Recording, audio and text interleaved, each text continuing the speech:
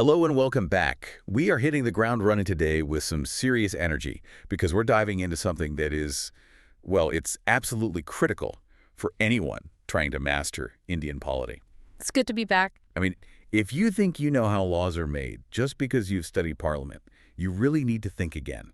Today, we're going local. We are. You're listening to Simplified UPSC by PPP, and this is your ultimate deep dive into the real machinery of state-level democracy. And you're so right to frame it that way. This isn't just a casual chat. We're getting into the nuts and bolts of how governance actually happens for most people. It's the engine room of the country. Exactly. And let me just say right at the top, this is not just another summary. We're not just reading lines from a book here. No. We are doing a serious linkage. We are taking Chapter 33 of M. Laxmikanth's Indian Polity, the 8th edition, which is, the Bible for aspirants, and we are welding it directly to actual previous year questions, the PYQs. The goal is to see the logic behind the questions, why they're asked, and what the common mistakes are. We want you to see the traps before you even get close to stepping in them. Now, before we get into all of that, I do have a humble request for you, for everyone listening right now. We put a massive amount of research into making these deep dives genuinely exam ready. So if you find value in what we do, if this helps you connect the dots, please consider subscribing and maybe even joining the paid membership on YouTube if you're able to. Your support is what makes this sustainable. It's absolutely vital. It keeps the lights on, it keeps the research going, and it allows us to keep this super useful content coming your way. And on that note, We have to give a massive shout out to our existing members. Oh, absolutely. To all our legends, you know who you are. A huge thank you. You are the ones who make this content creation possible. You are the backbone of this whole project. We really appreciate it. And for everyone else, a simple, on this deep dive, sharing your valuable comments. It all helps more than you know. We read everything. We do. And also, for the practical learners out there, don't forget the free notes. We've got them with practice PYQs waiting for you on the Telegram channel. Yes. And for the legends, our YouTube members, make sure you head over to the Discord channel. That's where you'll find the premium notes, extra PYQs, and those all-important model mains answers. Definitely join there. Okay. All right, admin done. Let's get into it. Let's unpack today's topic. Chapter 33, the State Legislature. The State Legislature. And here's the thing that always gets me. Everyone, and I mean everyone, is completely obsessed with Parliament. Lok Sabha, Rajya Sabha, the big debates in Delhi. Sure, it gets all the media attention. Right. But for the average citizen, for the day-to-day implementation of democracy, for the laws that actually affect your local school or hospital, isn't the state legislature where the rubber really meets the road? It absolutely is. The state legislature is the political nerve center of the state. If you look at the Constitution, it's all laid out in Part 6, specifically Articles 168 to 212. That's the entire framework we're dealing with today. And the framework is, at a glance, pretty similar to what we see in Delhi. It is. The Constitution envisages a parliamentary system for the states that broadly mirrors the one at the union level. But, and this is a big but. Similar, but not identical. Precisely. And that's where the danger lies for an aspirant. It mirrors the union parliament, yes, but the differences, the slight deviations in power and procedure, those are exactly where the UPSC loves to set its traps. So if you just assume it works exactly like the Lok Sabha and Rajya Sabha, you're going to get the answer wrong. Almost guaranteed. The devil is in the details. Okay, so let's start with the most basic detail of all, the architecture itself, the structure. In Delhi, at the center, it's simple. 2 houses. Always. You can't have a parliament without a Rajya Sabha. But what about the states? In the states, there's no uniformity, and that's the first big distinction you have to remember. Under the Constitution, Parliament is bicameral. It's a fundamental feature. But a state legislature, it have a choice. It can be unicameral with just 1 house, or it can be bicameral with 2. So we have the norm versus the exception. Correct. And the unicameral system, just having a legislative assembly or Vidhan Sabha, that's the norm. Most states in India operate this way. Okay, so which are the exceptions? How many states currently have 2 houses? Currently, as of today, we have only 6 states that are the exceptions. They operate a bicameral system. I always find it helps to visualize the map for this. Let's list them out clearly so nobody forgets. Let's do it. We have Andhra Pradesh and Telangana. The 2 Telugu states. Right. Then you have Uttar Pradesh and Bihar in the north. Okay. And in the west and south, Maharashtra and Karnataka. So Andhra, Telangana, UP, Bihar, Maharashtra, and Karnataka. Those are the 6. And it's a dynamic list, right? It's not set in stone. Oh, not at all. It changes. History is full of states adding or removing them. For instance, we used to always include Jammu and Kashmir in this list. It had a legislative council. Right, but that changed pretty recently. Yes, with the Jammu and Kashmir Reorganization Act of 2019, when the state was reorganized into union territories, the legislative council was abolished. So J&K is now off that list.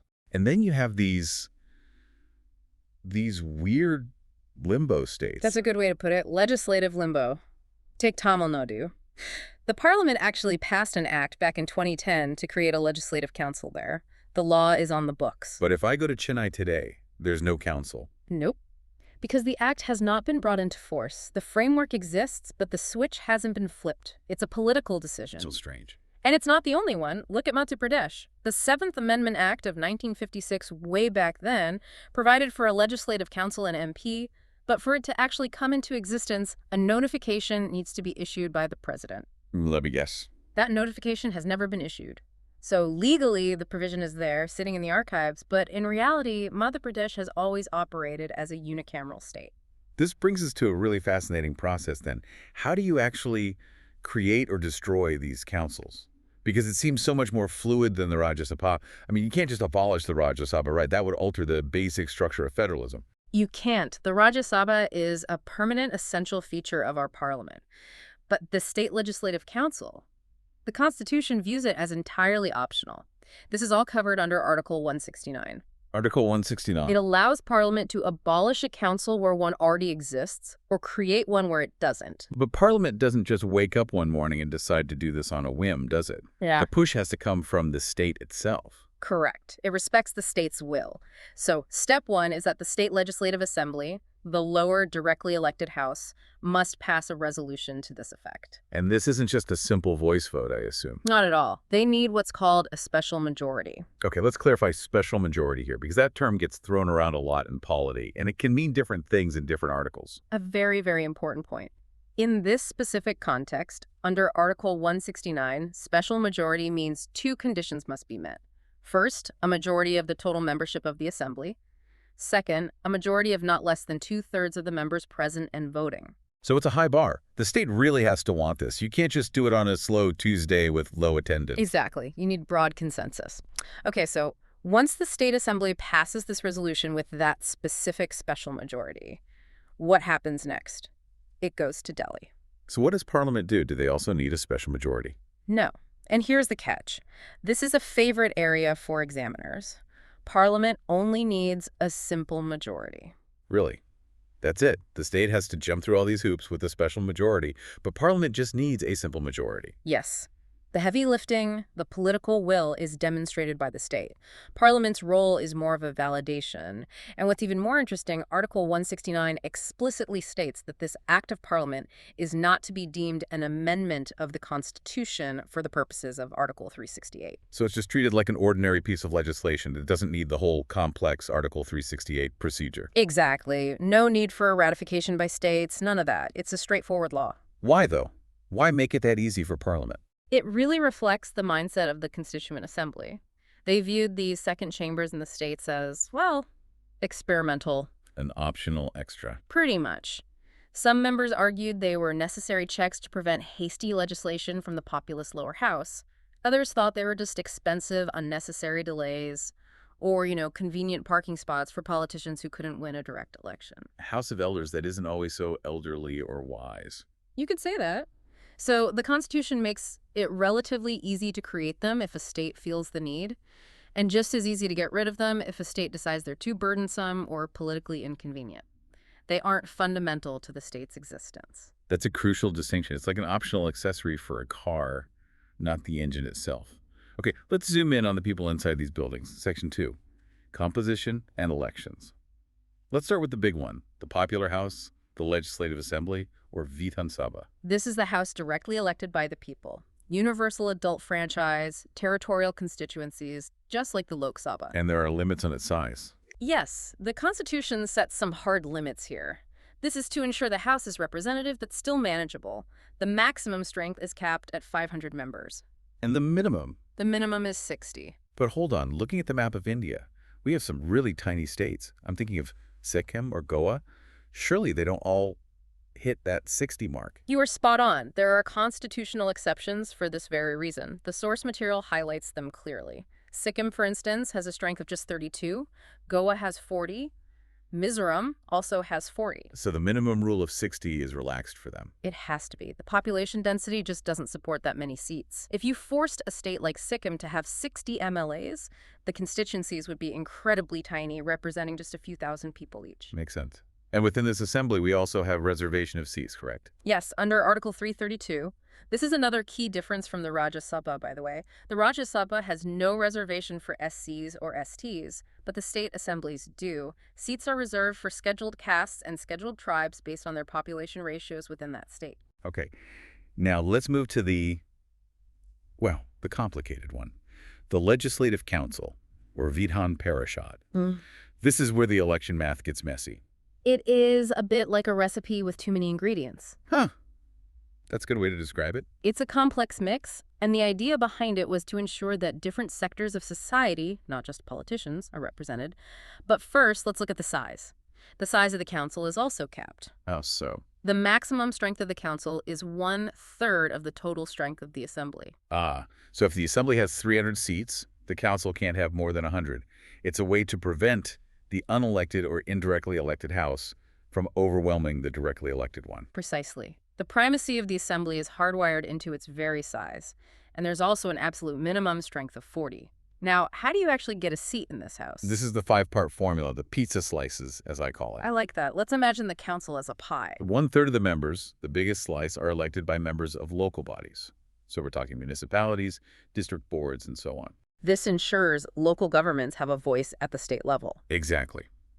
Slice 2, also 1/3, is elected by the MLAs, the members of the Legislative Assembly, from amongst persons who are not themselves members of the Assembly. Okay, so that's 2/3 of the pie gone already. 1/3 from local bodies, 1/3 from the MLAs. What's left?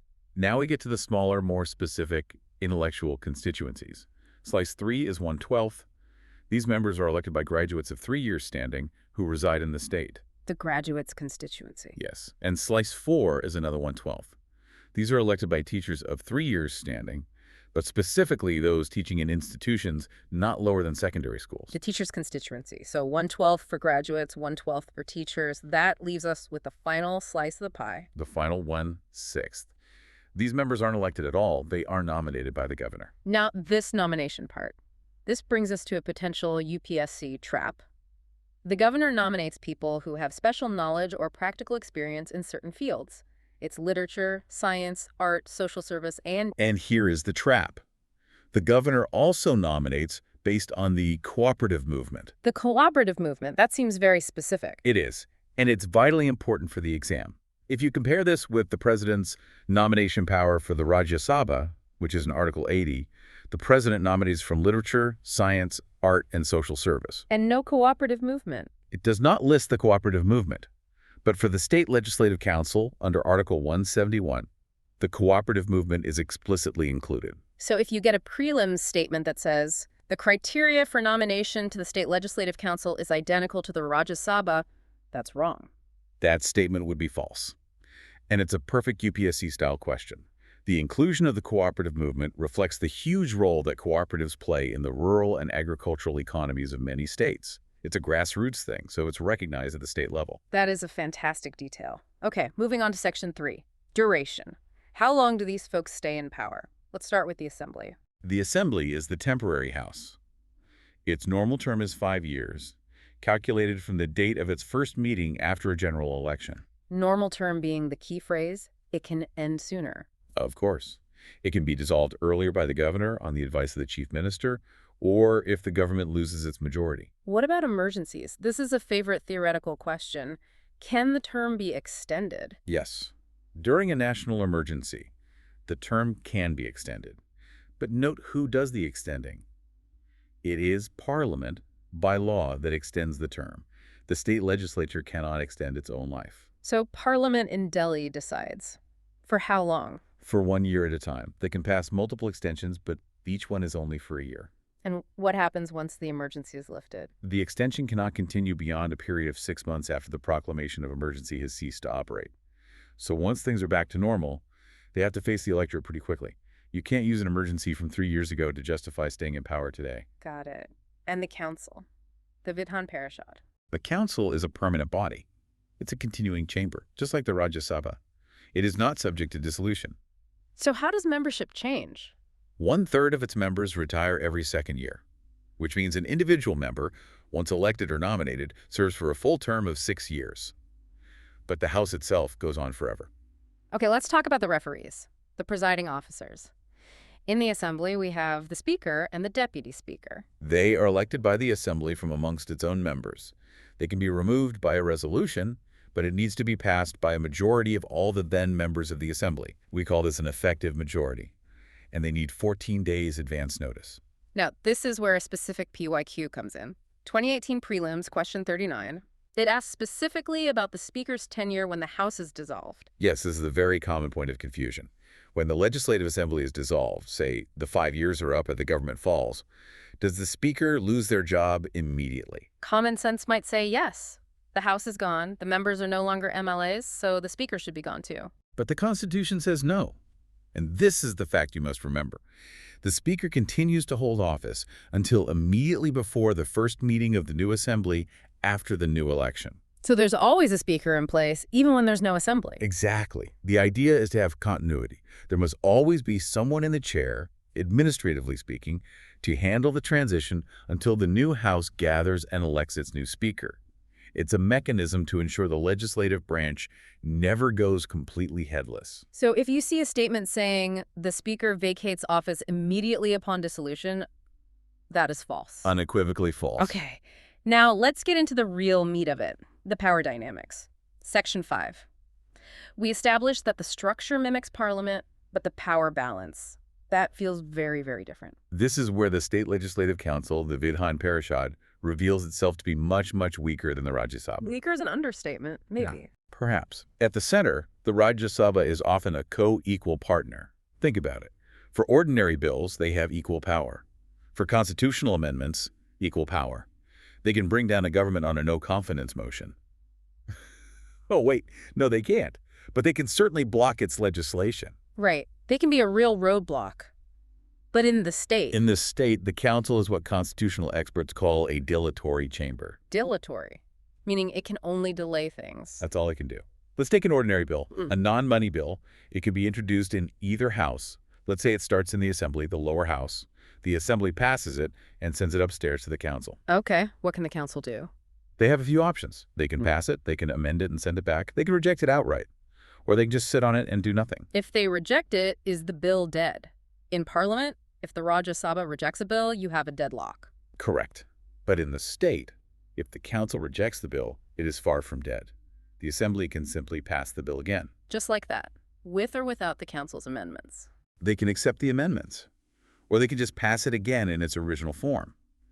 If the Assembly passes it a second time and sends it back to the council's options become extremely limited. What can they do the second time? This time, they can only delay it for a maximum of 1 month, but that's it. Whether they pass it, reject it, or do nothing, after that 1 month passes, the bill is deemed to have been passed by both houses. So let's do the math on the total delay. This is important for the exam. Let's. In the first instance, when the bill comes from the Assembly, the council can sit on it for a maximum of 3 months. 3 months. Then the Assembly passes it again. It comes back to the council. In the second instance, they can delay it for a maximum of 1 more month. So, 3 + 1. The grand total power of the Legislative Council over an ordinary bill is to delay its passage by a maximum of 4 months. 4 months. That is the extent of their power. They cannot veto it. They cannot force a change. They can only pause. And what about a joint sitting? That's the deadlock-breaking mechanism in Parliament. The President calls a joint sitting under Article 108. There is no provision for a joint sitting in the state legislature. None whatsoever. The Constitution is unambiguous. If there is a disagreement between the Assembly and the Council, the Assembly wins, period. The will of the directly elected House is paramount. The Constitution makers did not want the Council to become a clog in the legislative pipeline. That is a massive difference. No joint sitting. Assembly overrides the Council after a 4-month delay. What about money bills? Is it even more skewed there? Oh, absolutely. For money bills, the council is almost a spectator. A money bill can only be introduced in the Legislative Assembly. And once the assembly passes it? It goes to the council, which has to return it within 14 days. They can make recommendations, but the assembly is completely free to accept or reject all of them. And if the council doesn't return it in 14 days? It's deemed to have been passed. So their only power is to make suggestions, which can be ignored, and they have a 14-day window to do it. So really, the council it's an advisory body at best, a debating chamber. It's a checking mechanism, a pause button, but definitely not a stop button. This leads us perfectly to the next layer of control. If the council can't really stop a bill, who can? And this is where we bring in the governor. Exactly. Section 6, the governor's role in legislation. This is arguably the most controversial, most politically charged aspect of state politics. When a bill is passed by the legislature, it goes to the governor for assent under Article 200. And the governor has 4 possible courses of action. Let's walk through them. Option 1 is the simplest. Give assent. The bill becomes an act. Done. Withhold dissent. The bill dies right there. It doesn't become a law. Okay. Option 3, return the bill for reconsideration by the legislature. He can do this for any bill except a money bill. And if the legislature says, thanks for the suggestion, but no thanks, and passes it again? Then the governor must give his assent. He has no choice the second time around. This is what we call a suspensive veto. He can suspend the bill for a bit, make them think about it twice, but ultimately he cannot kill it if the legislature is insistent. Okay, that's 3 options. But then there's option 4, the nuclear option, really. Option 4, reserve the bill for the consideration of the president. He sends it to Delhi. Now, when can he do this? Is it purely up to his mood on the day? No, there are some rules. In one situation, it is mandatory. He must reserve a bill if it endangers the position of the state high court. That's a constitutional requirement to protect the independence of the judiciary. And beyond that, one mandatory case. Beyond that, it's discretionary. The governor can reserve a bill if he feels it violates the Constitution, if it's against the directive principles of state policy, if it's against the larger national interest, or if it deals with national importance. The grounds are quite broad. And once that bill goes to the president's desk, the entire game changes. It does, and this connects directly to a PYQ linkage, a potential one from 2025 prelims, question 54. It's about the president's power over these reserved bills. This is a crucial distinction. We just said if the governor sends a bill back and the state legislature passes it again, the governor must sign it. What happens if the president returns the bill to the state legislature and they pass it again? Does the president also have to sign it the second time? No. And that is the absolute critical point to remember. If the state legislature passes the bill again and sends it back to the president is not bound to give assent. He can withhold it again. Wow. So effectively, the center has an absolute veto over state legislation. Yeah. The state's insistence doesn't matter once the president is involved. Correct. And there's no time limit prescribed for the president to make a decision either. They can effectively pocket veto it forever. This really underlines the unitary bias in our supposedly federal structure. The states are autonomous, but only up to a point. If the center really objects to a state law, it has a constitutional mechanism to stop it dead. That is an incredibly powerful tool. Let's look at another tool in the governor's arsenal, ordinances, Article 213. This is the governor's legislative power. When the assembly or both houses in a bicameral state is not in session and the governor is satisfied that circumstances require immediate action, he can promulgate an ordinance. And this ordinance has the same force as an act of the legislature. It does, but it comes with an expiry date. It's not a permanent law by itself. It's a temporary measure. What's the expiry date? It must be laid before the state legislature when it reassembles, and it must be approved by them within 6 weeks of reassembly. If they don't approve it or if they pass a resolution disapproving it, the ordinance ceases to operate. There was a mains question on this very topic, 2022 mains question 12. It was about the legality of repromulgating ordinances. Right. This refers to the famous D.C. Wadhwa case. Some state governments were playing a political game. They would issue an ordinance, then convene the legislature, but never table the ordinance for a vote. They'd let the session end, the ordinance would lapse, and then they'd immediately reissue the exact same ordinance. So they were effectively ruling by executive decree for years. Exactly. The Supreme Court has come down very heavily on this practice. They've called it a fraud on the Constitution and a subversion of the democratic process.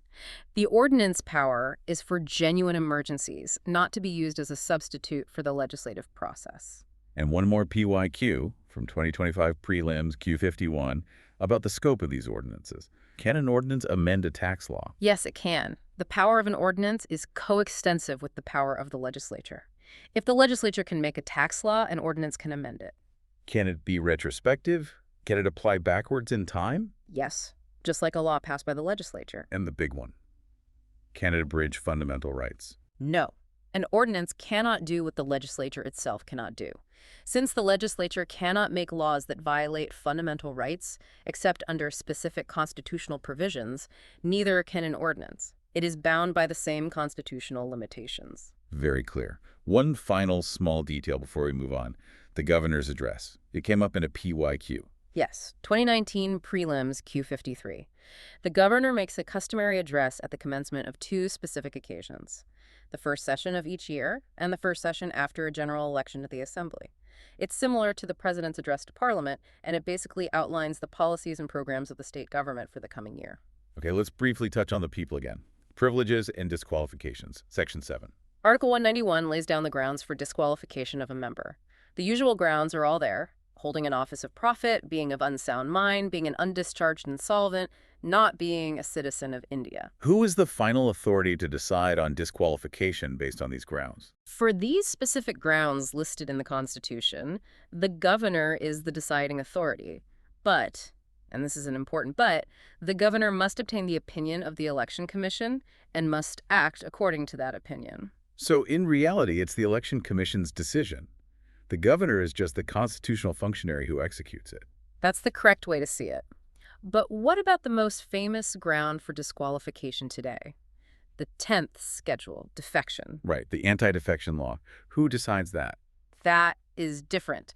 The question of disqualification on the ground of defection is decided by the presiding officer of the House, so the Speaker in the Assembly, or the Chairman in the Council. And is that decision final and absolute? It used to be considered so. The original law tried to keep the courts out, but after the landmark Supreme Court judgment in the Kihuto-Holohan case, it is now settled law that the Speaker's decision is subject to judicial review. So the courts can step in? Yes. The courts can intervene if there is evidence of perversity, malefides, or violation of natural justice. The Speaker, while deciding a defection case, is acting as a tribunal, so their actions must be fair and are therefore reviewable. Okay, we've covered a lot of ground. I want to do a PYQ blitz. We've mentioned a few, but let's hit some of the specific questions found in our source material to really cement this learning. Let's do it. Rapid fire. Okay, 2013 prelims. Yeah. A question about the office of governor. Can the same person be appointed as governor for two or more states simultaneously? Yes, absolutely. That was made possible by the 7th Constitutional Amendment Act of 1956. Before that, it was strictly one state, one governor. Now, it's quite common to see one governor holding additional charge of a neighboring state, especially during transitions. Right. Another one from 2025 prelims, this one about mineral rights. Bit of a crossover topic. Yes, this is a tricky area of center-state legislative relations. The question likely revolved around who controls minor minerals versus major minerals. The key takeaway is this. While the center regulates mines and major minerals, the state government has the power to make rules for the regulation of minor minerals. Like sand and gravel. Exactly. Building stones, gravel, ordinary sand, even though they are located in their territories. It's an administrative distinction that often appears in exams because students have a default assumption that minerals equals center. That's not always true for the minor ones. The good clarification. And let's just briefly connect this all to mains. We saw questions in 2016 and 2017 about the governor's discretion. How does that relate to our discussion today on legislation? It relates directly.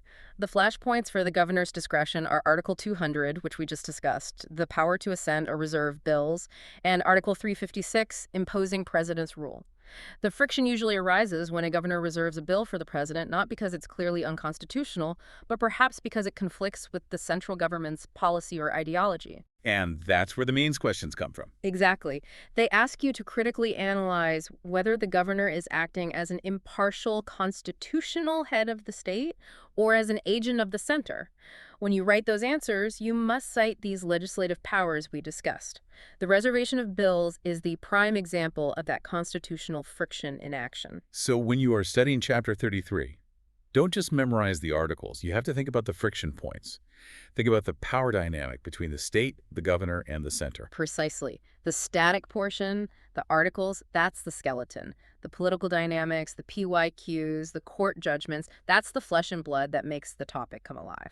All right, let's wrap this incredible deep dive up with a summary.